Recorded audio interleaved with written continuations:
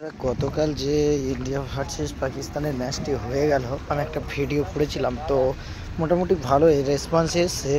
তো তার জন্য আরও আজকে একটা ভিডিও বানাচ্ছি।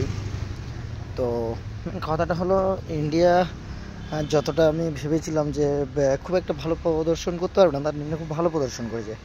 সব থেকে বড় কথা, পাকিস্তানকে যতটা এক্সপেক্ট করেছিলাম যে এটা ফাইটিং ম্যাচ হবে, অ্যাটলিস্ট ফাইট দেবে, নো, সেটা ইম্পসিবল হয়ে গেল।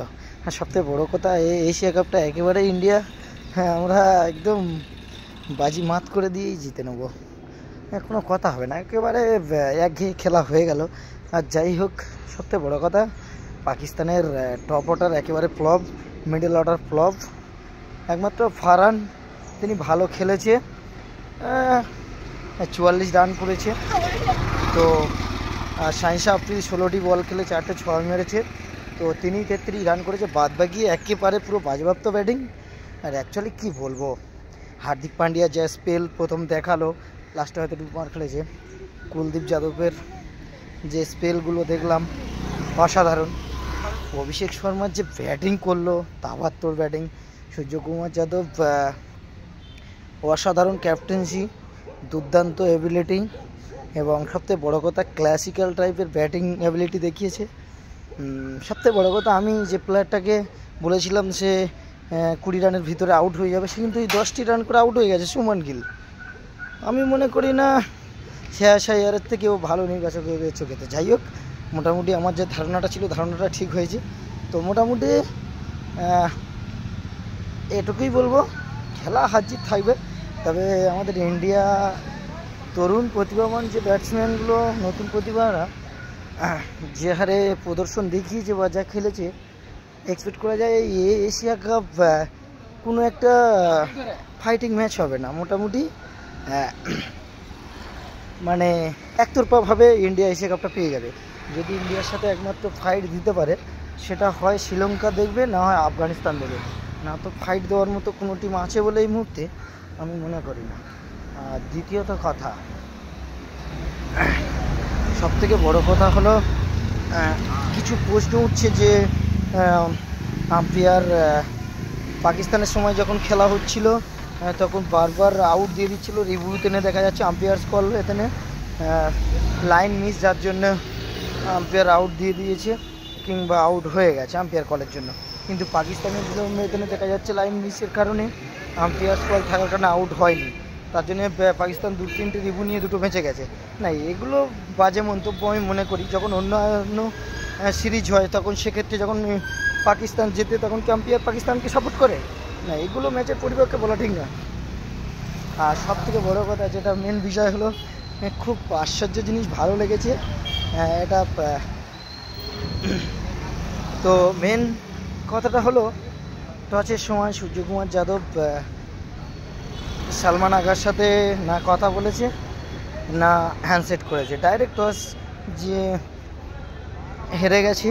হারার পর মোটামুটি সালমান আলী আগা, পাকিস্তানের ক্যাপ্টেন, টসে উত্তীর্ণ হয়ে মোটামুটি সে ব্যাটিং করার সিদ্ধান্ত নিয়েছে। এবং রবি শাস্ত্রীর সাথে কিছু 2-একটা কথাপতন হয়েছে। কথাপতনে সালমান আলী আগা এটাই বলেছে যে আউটফিল্ড স্লো, দুবাইয়ের ক্রিজ মোটামুটি খুব স্লো, তো স্পিন ট্র্যাকার কিচ এখানে মোটামুটি ব্যাটিং করে মোটামুটি একটা স্কোর করলে ভালো। সেক্ষেত্রে তারা এই বলে Salman Ali Agha batting win the toss, choose to bat first. এবং সূর্যকুমার যাদবের আমাদের একটাই ওর মোটামুটি প্রথম থেকেই মাইন্ড সেট আপ ছিল যে টসে জিতলে মোটামুটি ফিল্ডিং করবো। তার যেমন কাজ ছিল তেমনই তার সব কিছু হয়েছে, রিয়েলাইজ অনুযায়ী পেয়েছে। তা যাই হোক, সত্যি বলতে ইন্ডিয়ার যে বলিং অ্যাটাক, অসাধারণ বলিং অ্যাটাক।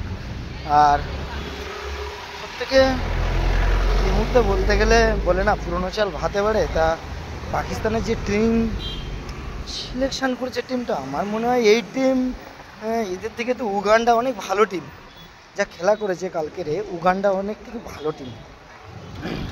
যাই হোক, আমার হাসি লাগে একটা, আজকাল তো দেখতে পাচ্ছি বাবার থেকে ছেলেরা তো ভালো খেলা করেছে, বাংলাদেশ যেহেতু অনেক ভালো খেলা করেছে, এর সাথে বলো, শ্রীলঙ্কা বলো, তাদের সাথে অনেক ভালো খেলা করেছে, রোমান বলো, কিন্তু তো বাবা ছেলেদের থেকে খারাপ করেছে। যেহেতু পাকিস্তানের বাবা বাংলাদেশে বাবা পাকিস্তান, তো বাবারা এত বাজে খেললে কী করে হবে। যাই হোক, মোটামুটি আরও একটা কথা কী বলুন, এই পয়েলগামে যে হত্যা হয়েছিল তার জন্যে যে ভ্রাতৃত্ববোধ, লাস্টে একটা হ্যান্ডসেট থাকে খেলার পরে, সেটাও করেনি। আমি বলবো যোগ্য জবাব দিয়েছে। তো এটা পাকিস্তানের প্রাপ্য ছিল, তা সেটাই বুঝিয়ে দিয়েছে যে তোমাদের জায়গাটা এখানে, সেটাই তোমার প্রাপ্য, সেটাই বুঝিয়ে দিয়েছে। অ্যাটলিস্ট সেরকমই দেওয়া উচিত। রবি শর্মা যে শুরুটা করেছিল, ফার্স্ট বল 4, সেকেন্ড বল 6, যে স্পেলগুলো অভিষেক শর্মা খেলছিল, আমি দেখে আশ্চর্য হয়ে গেছি। না সত্যি অভিষেক শর্মা T20 অসাধারণ একজন ব্যাটার। এমনি এমনি সে কি আর বিশ্বের 1 নম্বর ব্যাটার? অসাধারণ ব্যাটার। আর কী বলবো, পাকিস্তান টিম ইন্ডিয়ার বোলিংয়ের কাছে একেবারে পরাস্ত। স্পিনার কুলদীপ যাদব, বরুণ চক্রবর্তী, অক্ষর প্যাটেল, তারপরে ফের Abhishek Sharma part time bowler, তো তৃতীয়ত আমাদের পান্ডিয়া সাহেব আছে। ফের মোটামুটি যার কথা বললেই নয়, জসপ্রীত বুমরা, তার তো স্পেলগুলো অসাধারণ। কিন্তু পাকিস্তানের সবথেকে বড় কথা মোহাম্মদ রেজায়ান, বাবর আজম, ইফতিকার আহমেদ, এইসব প্লেয়ারগুলো আমার মনে হয় T20 থেকে একেবারে বাদ দেওয়াটা পাকিস্তানের ঠিক হয়নি, যার জন্য পাকিস্তান এতটা দুর্বল হয়ে যাবে। আর না, ইন্ডিয়া টিমের কোনো ব্যাপার না, রোহিত শর্মা বিরাট কোহলি অবসান নিয়ে নিয়েছে, কিন্তু তাদের পরবর্তী প্রজন্ম এমন তৈরি করে দিয়ে গেছে যে তারাও তাদের মতো কম কিছু না বললেইও চলে। অসাধারণ ক্রিকেট খেলেছে, এর এই ক্রিকেটের জবাব হয় না। খুব সুন্দর ক্রিকেট দিয়েছে উপহার, যতটা না আনএক্সপেক্ট করেছিলাম তার থেকে বেশি কিছু দিয়েছে, খুব ভালো লেগেছে। তবে একটাই কথা, BCCI যে সিলেকশন কমিটি, সবথেকে বড় কথা লজ্জাজনক কথা হচ্ছে শ্রেয়াস আইয়ারের মতো ব্যাটসম্যানকে না সিলেক্ট করা, এটাই হচ্ছে বড় আফসোস। তো যাই হোক, মোটামুটি আশা করব পরের কোনো টুর্নামেন্টেও বলো বা হোম সিরিজ বলো, আশা করব শ্রেয়াস আইয়ার T20 টিমে থাকবে। অসাধারণ একজন ব্যাটার। তো থ্যাংক ইউ সো মাচ। আরও রাত্রে আপডেট নিয়ে আসছি, এখন বললেই